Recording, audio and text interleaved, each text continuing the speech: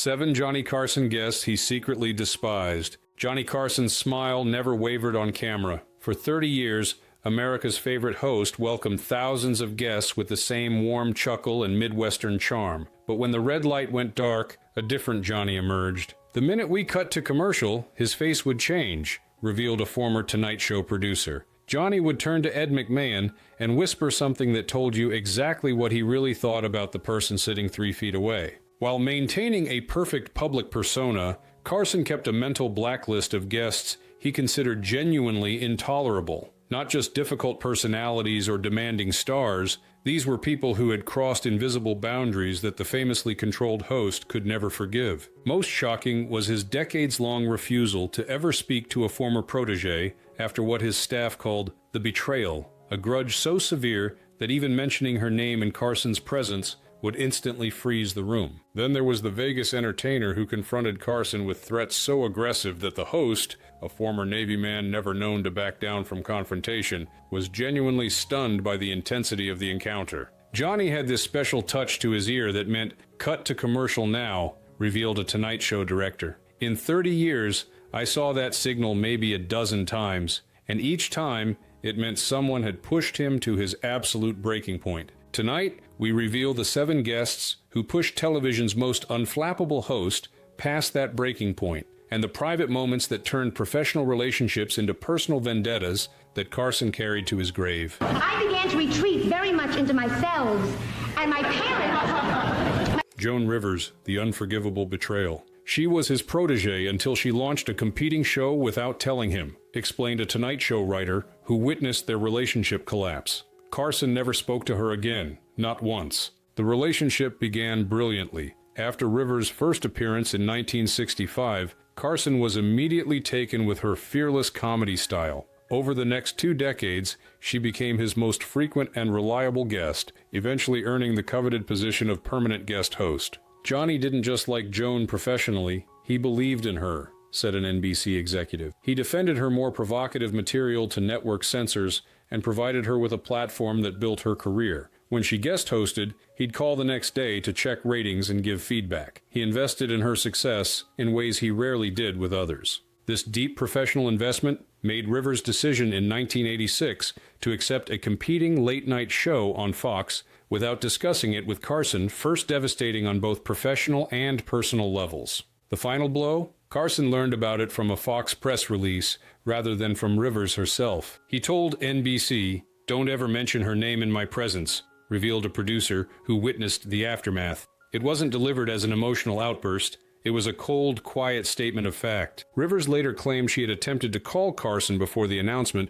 but couldn't reach him. When she finally called after the news broke, Carson refused to take the call, a pattern that would continue for the rest of his life, despite her multiple attempts at reconciliation. She sent letters, made calls, attempted to arrange meetings through mutual friends, confirmed someone with direct knowledge of the situation. He remained unmoved. It was the most absolute cutting of ties I've ever witnessed in show business. Even after his retirement in 1992, when most professional rivalries would have cooled, Carson maintained his silence. At an industry event in the mid-1990s where both were present, Carson simply turned and walked in the opposite direction when an attempted introduction was made. For a man who rarely spoke publicly about his private feelings, the depth of this particular grudge spoke volumes about how personally he took what he viewed as not just competition, but betrayal of trust. Crosby's brother, Double Crosby. Hit it. 1, 2.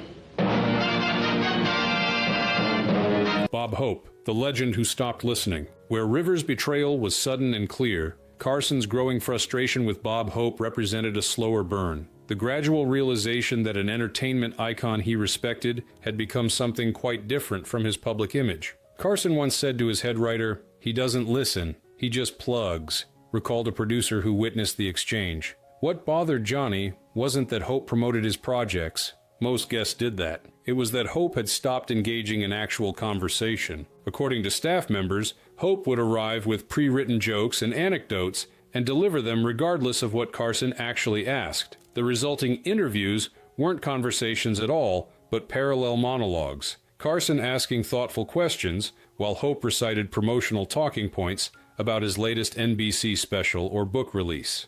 During one particularly frustrating commercial break, Carson turned to Ed McMahon and muttered, "I could be speaking Mandarin right now and he'd give the same answers." As Hope aged into his 80s, the situation worsened. His hearing began to fail, making genuine exchange nearly impossible, and his reliance on cue cards increased. While Carson maintained perfect professional courtesy on air, his private irritation became increasingly difficult to conceal from his staff. "They shared the couch, but not the respect," noted a stage manager. The audience saw the legendary Bob Hope chatting with his good friend Johnny Carson. What they didn't see was Johnny turning to his producer during breaks with this look of barely contained frustration. What made Hope's appearances particularly challenging was their ceremonial importance to NBC. As one of the network's biggest stars for decades, Hope represented NBC royalty. Carson understood that treating him with anything less than complete respect on air would have been both unprofessional and potentially damaging to important institutional relationships.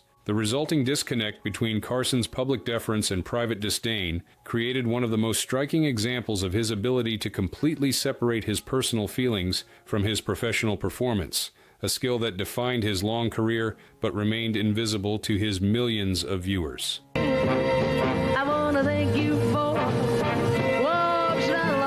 Wayne Newton, the Vegas threat that crossed the line. While Hope created professional frustration, Wayne Newton provoked something much more visceral in Carson, a genuine personal animosity stemming from a backstage confrontation that shocked everyone present. The trouble began with Carson's monologue jokes targeting Newton's high-pitched voice and somewhat effeminate stage persona. Throughout the late 1970s and early 1980s, Carson would occasionally drop lines like, "Wayne Newton's voice is so high only dogs can hear his Christmas album." Those jokes were typical Carson fare, noted a writer from that period, similar to jokes he made about Liberace or Tiny Tim. But something about the Newton jokes touched a nerve. The situation came to a head when Newton appeared as a guest in 1981. What viewers saw was a somewhat tense but professional interview. What they didn't see was Newton leaning in during a commercial break to request a private conversation after the show. The temperature in the room dropped about 20 degrees, remembered a stagehand. Everyone on set could feel this sudden tension. After the taping,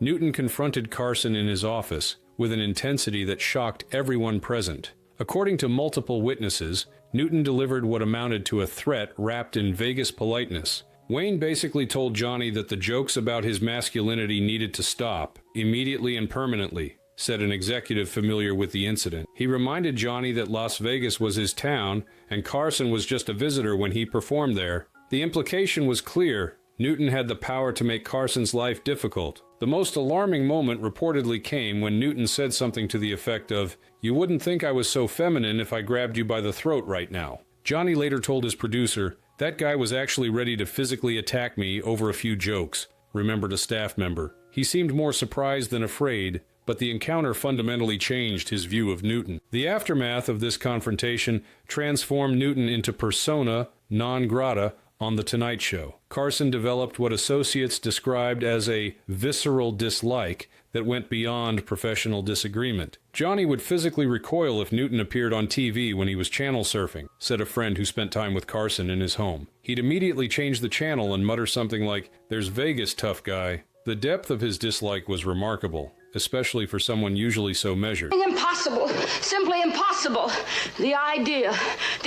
Shelley Winters. The hurricane in human form. Unlike Newton's direct confrontation, Shelley Winters tested Carson's patience through sheer unpredictability. The two-time Academy Award winner approached television interviews like natural disasters approach coastlines, with unstoppable force and zero concern for the resulting damage. Once threw water at another guest on air, remembered a Tonight Show director. Most guests followed Carson's lead and respected the format. Shelley didn't seem to notice there was a format. She was a force of nature who treated The Tonight Show like her personal therapy session. Winters' appearances typically featured rambling stories that veered wildly between topics, physical comedy that involved climbing on furniture, and pointed political statements that clearly made Carson uncomfortable in an era when late-night television largely avoided partisan politics. The breaking point came during a notorious appearance when Winters, discussing a film where she played an aging actress, became increasingly animated and eventually threw a drink at another guest who had made what she perceived as a dismissive comment about older women in Hollywood. Carson allegedly told staff, "No more Shelley, ever," noted a talent coordinator. That incident crossed a line. Johnny could handle her talking over him, but creating that kind of disruptive scene violated his fundamental sense of how guests should behave. What particularly bothered Carson wasn't just Winter's on-camera chaos, but her treatment of staff behind the scenes. According to multiple accounts, she was routinely demeaning to production assistants, makeup artists, and other support personnel. Johnny had a rule, explained an NBC executive. Guests could treat him however they wanted on air. That was part of the job. But treating his staff poorly was unforgivable. When he learned how Winters had spoken to a young female PA, he was livid. That incident earned her a place on his mental blacklist. Despite these tensions, Winters continued to appear on The Tonight Show throughout Carson's tenure, though with decreasing frequency. Her star power and undeniable talent made her too significant to ban outright, but her appearances were carefully managed, scheduled as solo segments rather than panels, and with extra time built in to accommodate her inevitable digressions. Why do you always do that? Johnny Carson, they know who I am. Don Rickles! Don Rickles, when the insult king cut too deep. To viewers, Don Rickles and Johnny Carson shared late night's warmest friendship. In reality, their relationship occasionally ventured into genuinely uncomfortable territory when Rickles crossed lines that even Carson found difficult to forgive. They were friends, but Carson never liked being upstaged, observed a writer who worked on the show. Unlike other difficult relationships, with Rickles it was complicated. Johnny genuinely enjoyed his quick wit and fearlessness, but there were moments when Don would hit a nerve and you'd see a flash of something cold in Johnny's eyes. Carson had 3 subjects he considered personally off limits: his multiple divorces, his children,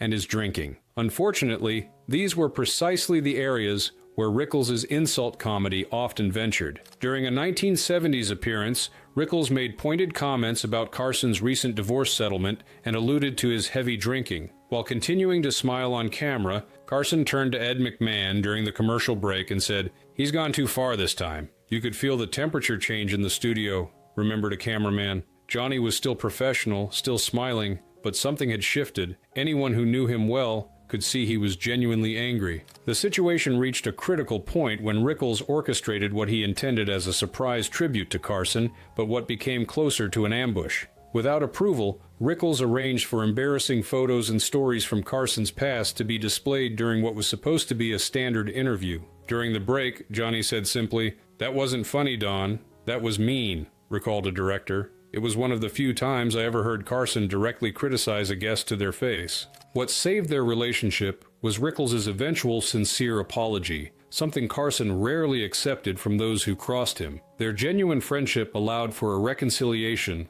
that would have been impossible with most other guests who ventured into such personal territory. Johnny called him a bulldozer backstage more than once, explained the producer. But he also understood that Don's problem wasn't malice, but poor judgment about where the line between funny and hurtful actually lay. He could forgive poor judgment in someone whose heart he believed was in the right place. That the less intelligent the performer is, the better he is. For instance, Marlon Brando.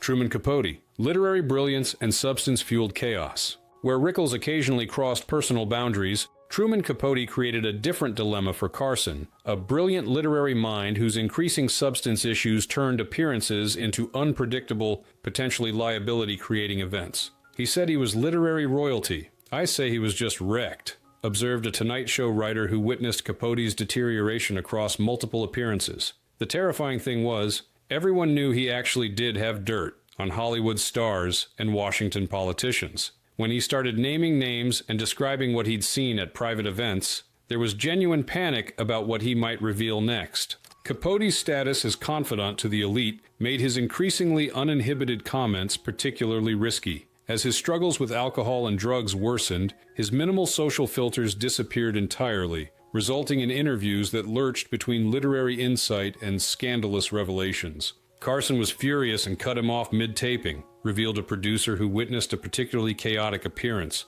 There was one segment where Capote started describing in explicit detail a sexual encounter involving a prominent political couple. Johnny let him go for about 30 seconds before realizing we were heading into potentially actionable territory. As Capote's condition deteriorated, Carson faced an ethical dilemma. Continue booking a literary giant who could occasionally still display flashes of his former brilliance, or stop featuring someone whose impairment was becoming increasingly obvious and potentially exploitative to showcase. After a particularly difficult appearance where Capote was barely coherent, Carson told his producer, "We're not doing this anymore. It's not good for him, and it's not good television," recalled a talent coordinator. It was a rare instance of Johnny making a booking decision based partly on concern for a guest rather than purely on entertainment value. What made the Capote situation particularly poignant was watching the gradual decline of genuine genius. Unlike merely difficult personalities, Capote represented real talent being consumed by self-destruction, a tragedy playing out in front of the cameras that Carson ultimately decided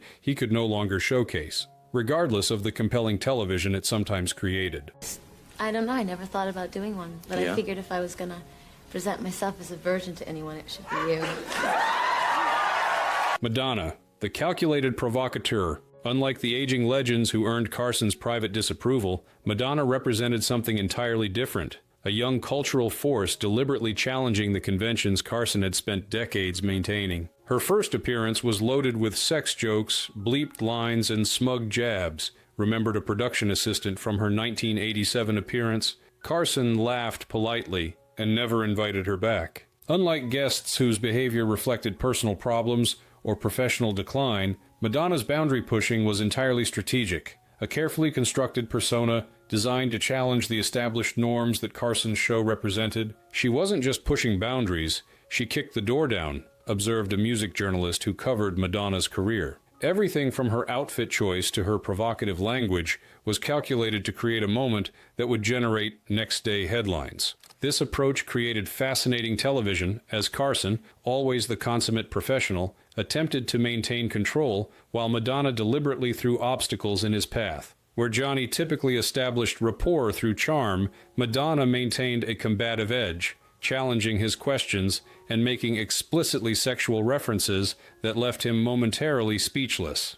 There was this moment where he asked an innocent question about her tour, and she responded with a double entendre so blatant that Carson actually blushed, recalled the production assistant. The audience gasped, then roared. You could see Madonna mentally checking a box, mission accomplished. Behind the scenes, her appearance created chaos for NBC's standards department. Her deliberately provocative language forced real-time decisions about what could air, resulting in several noticeable bleeps that themselves became part of the interview's controversy. The standards team was hitting the delay button so often it became almost comical, which was exactly what Madonna intended, revealed a former NBC executive. Each bleep just emphasized what she was doing, turning the censorship itself into part of her performance. For Carson, a man who had started his career in the 1950s, Madonna represented something fundamentally at odds with his understanding of entertainment, a prioritization of provocation over connection. While he maintained perfect professional composure throughout their encounter,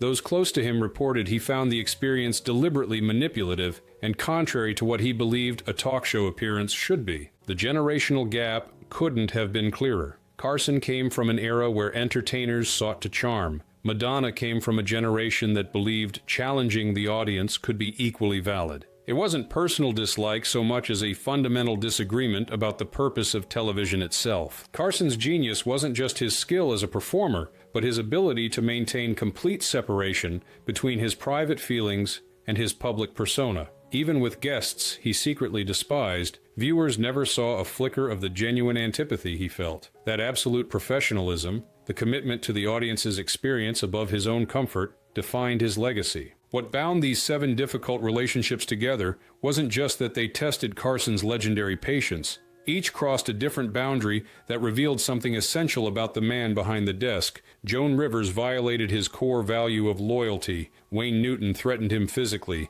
Shelley Winters created chaos that affected others. Bob Hope treated the show as merely a promotional vehicle. Truman Capote's substance issues created ethical dilemmas. Don Rickles occasionally ventured into truly personal territory. Madonna deliberately challenged the format itself. In today's world of social media feuds and public call-outs, Carson's approach seems almost from another era, a time when private grudges remained private, when entertaining the audience took precedence over airing personal grievances. That standard, like Carson himself, increasingly belongs to another age of entertainment, one where the greatest professionals were those who never let you see what they were really thinking, even when the cameras stopped rolling. If you enjoyed this glimpse behind the television curtain, please like this video and subscribe for more revelations from Hollywood's golden age. Let us know in the comments which of these Carson feuds surprised you most, or which classic television personalities you'd like us to explore next.